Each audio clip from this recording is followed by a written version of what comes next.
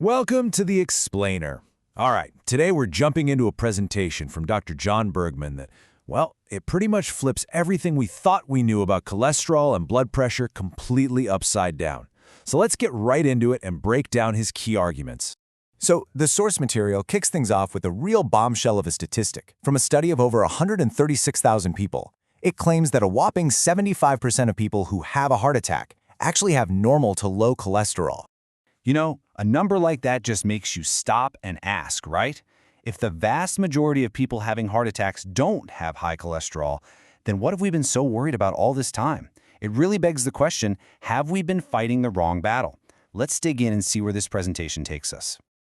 Okay, so the first big argument here is that our collective fear of cholesterol, it wasn't some natural discovery. The presentation argues it was actually, built on purpose.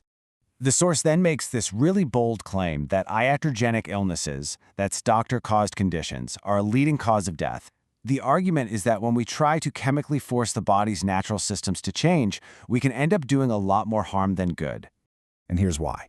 The presentation points out that the actual genetic disease for high cholesterol, this hypercholesterolemia, is incredibly rare. We're talking only 1 out of every 500 people. From a business standpoint, the source argues, that's just not a big enough market to build a blockbuster drug around. So the thinking goes, a market had to be created.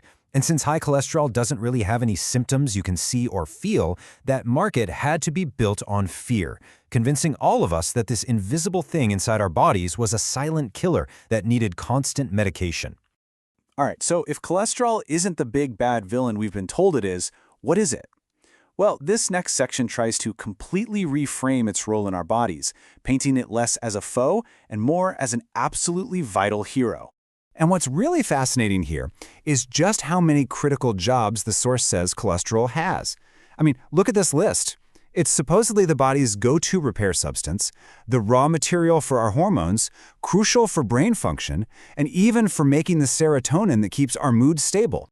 Now, to back this all up, the presentation brings up a few major studies. And the argument is pretty simple. Yeah, the drugs were great at lowering the cholesterol number, but they didn't actually change the overall death rate. And in one case, the Prosper study, the source claims they were even linked to a higher risk of cancer.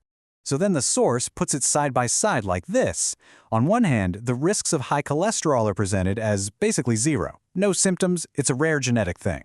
But on the other hand, the supposed risks of having low cholesterol are framed as really severe, including things like dementia, inflammation, and your body struggling to heal. Next up, the presentation takes this same kind of thinking and applies it to high blood pressure. It suggests we need to stop thinking of it as a disease and start seeing it as an intelligent, adaptive response from our bodies. And here it is, the core idea in a nutshell. The source claims that high blood pressure isn't the problem itself. It's the body's smart solution to a different, deeper problem. It's really just a symptom. Here's how the logic is laid out in the source.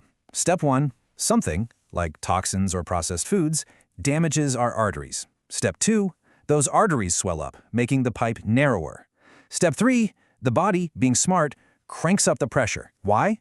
Step 4, to make sure it can still force enough oxygen and nutrients through that smaller opening to keep your organs alive. Seen this way, high blood pressure is literally a survival mechanism. So if you follow that logic, the presentation argues that high blood pressure doesn't cause strokes or kidney disease. Instead, all three of them are just different outcomes of the same root problem: damaged arteries. So using a drug to lower the pressure? The source says that's like fighting against your body's best attempt to keep you going. Which, of course, leads us right into the next section. This is where the presentation makes a very direct case against using standard pharmaceutical treatments for these conditions. Okay, get this. The source points to a study called the Helsinki Businessman Study. It claims that over 15 years, the group of men who were treated intensively with cholesterol and blood pressure drugs, they had a coronary death rate 4 times higher than the other group, which got almost no medical intervention at all. 4 times! The presenter then actually quotes from the study's own discussion section and kind of highlights the language they use to describe these results. The phrase pessimistic impression is pointed out as a wild understatement for a finding that showed a 400% increase in death. And the argument doesn't stop there. It broadens out to include common drugs you can buy anywhere. It claims that taking NSAIDs regularly is linked to a huge increase in high blood pressure risk, and that aspirin, which so many people take for their heart, is cited as a leading cause of kidney disease. So, finally, the presentation wraps up by offering a completely different philosophy. It's one that's all about trusting the body's natural wisdom, its incredible ability to regulate and heal itself. And here's the fundamental belief that underpins this whole perspective. The source says the human body is designed to find its own balance, and trying to force its systems with an outside chemical is, as it's put here, a violation of biological law. It's just a flawed way of thinking about health.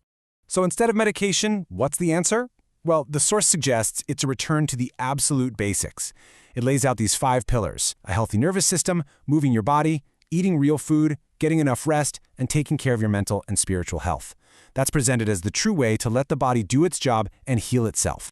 And this really brings us to the big, final question this material leaves us with. It challenges us to completely rethink our approach.